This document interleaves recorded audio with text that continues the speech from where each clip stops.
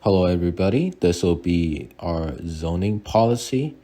We are doing zoning laws and we are deregulating them. My name is Zital Guan, and this is a presentation by Grace and Christian. Going into the first slide here, we are looking at the background. So first of all, zoning policy has started all the way back in 1885. There has been many different variations of zoning policy.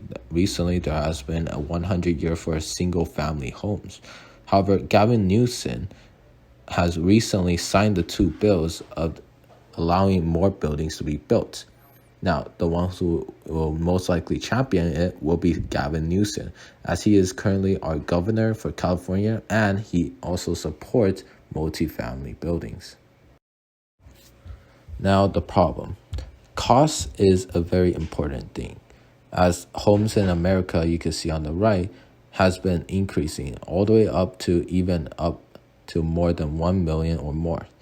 There is also an increased amount of homeless and overcrowding, in which causes the population to increase. However, there will be not enough homes for enough people, as people do not make enough to buy homes. Now, other problems addressed it, such as increased amounts of immigration. Immigration is still happening in California, and with the increased amount of immigration coming here, we will need more housing to support that. And there will also be a lack of workforce. Without housing, many people will go homeless and therefore jobless as well. Without any people to work in the workforce, we would be lacking the workforce that we would need to survive as a state. Now, going into the cost for the policy. Now, we will need to build new or redevelop old buildings in order for multifamily living.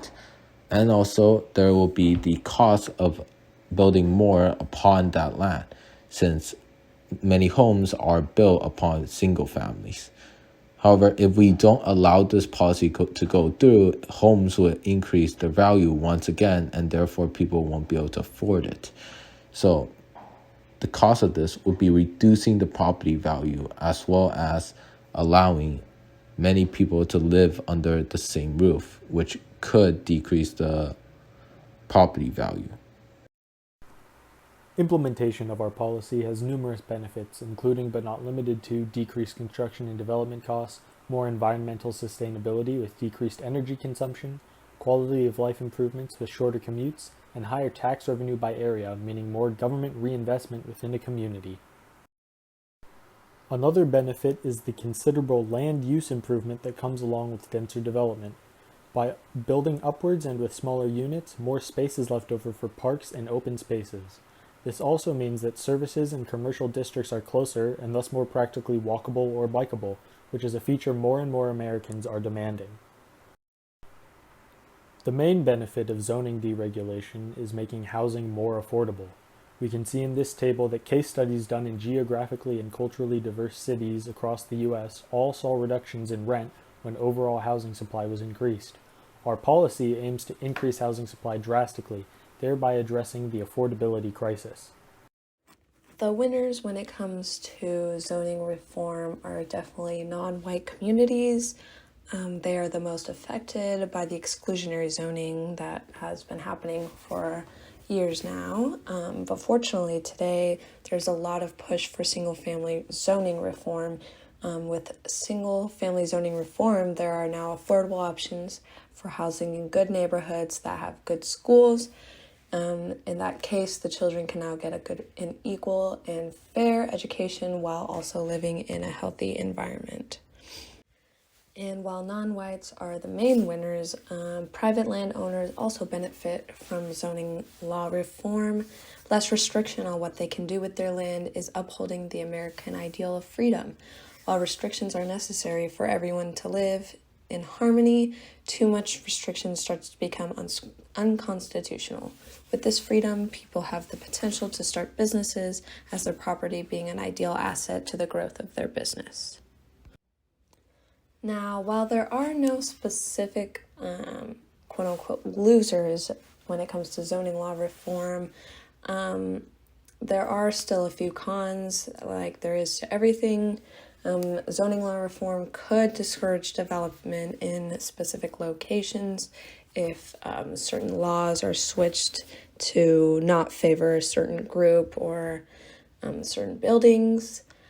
Property owners may have to relinquish their own property freedoms, and enforcing a zoning ordinance involves long-term commitment. When we imagine increasing the density of housing in an area, we would expect an increase in the labor supply and perhaps a relatively smaller increase in demand for labor due to demand for services, construction, and more also increasing. Using this wonderfully constructed econ graph, we can see that the wage rate should decrease slightly given these circumstances. In reality, though, there is actually a positive effect on incomes given higher population and housing densities. Daniel Hummel found in a statistical analysis of over 300 different U.S. metropolitan regions that by indirect effect, an increase of 1 person per square mile, which is density, increased income per capita by 0.7%, directly contradicting our previous prediction. Now, moving on to whether or not this is a good or bad policy. This is going to be a good policy. As housing market are rising to the highest, if we allow the zoning policy, we'll be able to reduce the cost of the housing market, as well as fix many of the problems that is addressed. Since there is already a lot of renters agreeing to this, there wouldn't be any downsides from the community, since a majority of them are willingly to allow this zoning policy to go through. Zoning law reform has many pros. It protects and enhances property values. It preserves existing neighborhoods and structures, and it has better lot arrangement, which protects recreational and open areas. More reasons are that many are given housing opportunities they wouldn't have otherwise. It dismantles the exclusionary zoning and allows for better planning so that communities are well resourced.